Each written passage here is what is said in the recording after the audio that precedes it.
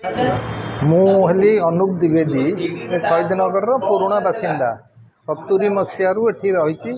ଆଉ ମୋ ଆଖି ସାମ୍ନାରେ ଶହୀଦନଗର ମୋରମ ରୋଡରୁ ପିଚୁ ରୋଡ ପର୍ଯ୍ୟନ୍ତ ବି ଗ୍ରୋଥ ହେଇ ବହୁତ ଇଚ୍ଛା ଆଉ ବହୁତ ପ୍ରଭାବଶାଳୀ ବ୍ୟକ୍ତି ବିଶିଷ୍ଟ ବ୍ୟକ୍ତିତ୍ୱ ସାରା ଓଡ଼ିଶାର ଶହୀଦନଗର ଗୋଟିଏ ସ୍ଥାନ ନେଇଛି ଯେଉଁଟାକି ସମସ୍ତଙ୍କ ପାଇଁ ଶହୀଦନଗର ସବୁବେଳେ ଗୋଟେ ଗ୍ରହଣୀୟ ସ୍ଥାନ।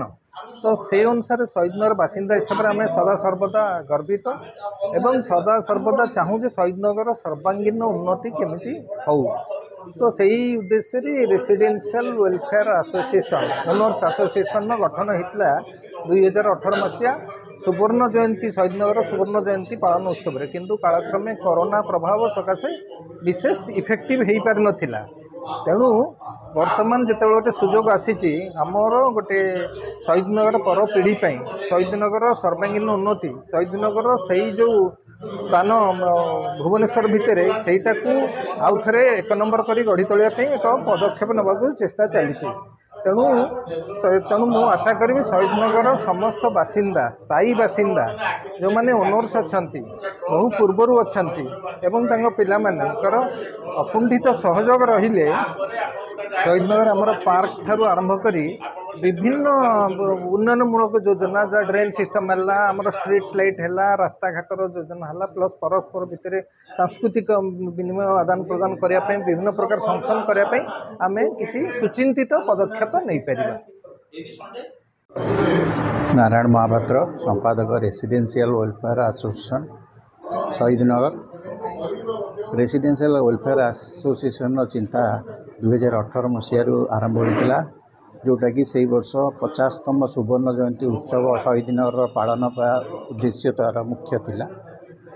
तेणु तापर फिर किछि दिन पर जहाँ कार्यक्रम न हो 21 मसीह पुणी थे आउ थे सभा बसी आउ स्मार्ट सिटी वाला भी कहले जे गोटे शहीदनगर तरफ रेसिडेंशियल एसोसिएशन जड़े रिप्रेजेंटेटिव रहिबे बापूजी नगर जड़े रहिबे।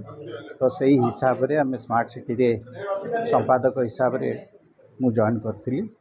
तापर 21 मसीह जुगल किशोर महापात्र सभापतित्व रे अनुष्ठान को रजिस्ट्री करने को निष्पत्ति होता।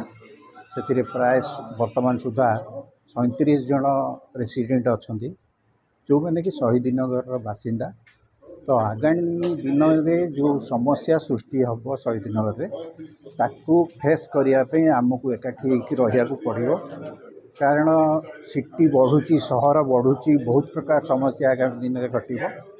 जो अनुष्ठान गुड़िक अच्छी शहीदनगर जदि से आमर सहयोग चाहिए तेल आम संगे हाथ हाथ मिलैक सहयोग करूँ। आगामी दिन में शहीदनगर को भल भाव में गढ़ी तोलियार इच्छा।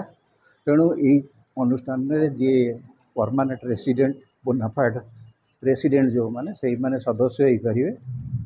आमर जो कमिटी अच्छी से कमिटी को से अप्लाई करेंगे आधार कार्ड आउ ओरिजिनल कागज पत्र देखिए तापर से कार्यकारी सभा से पकेले। आमर 2 जन भाइस चेयरमैन आज स्थिर करागला गोटे विजय पंडा आउ अनुप द्विवेदी आउ सूर्य को उपदेष्टा भाव ग्रहण करागला। से मैंने अप्लाई कलापर से स्क्रूटिंग कलापर तापर से सदस्य हो पारे।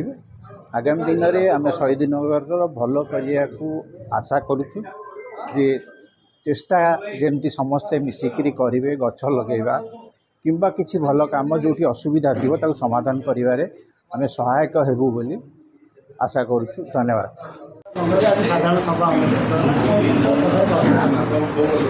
आज रेसिडेंशियल वेलफेयर फोरम जो तार गोटे साधारण सभा समस्त प्रकार जो माने सदस्य अच्छा से माने केमती शहीदनगर डेवलपमेंट विभिन्न प्रकार प्रस्ताव देले आगामी दिन में केमती कार्यक्रम हेबो आउ शहीदनगर जो असुविधा गुड़िक जो गुड़िक सरकार पाखे उपस्थित करार अच्छी आउ तार केमती समाधान हो पार से समस्त चेष्टा और सहयोग रहा समस्त कहगला। ता सहित आमर केमती आगामी दिन में शहीदनगर हॉस्पिटल उन्नतीकरण हो पार से प्रस्ताव रखागला।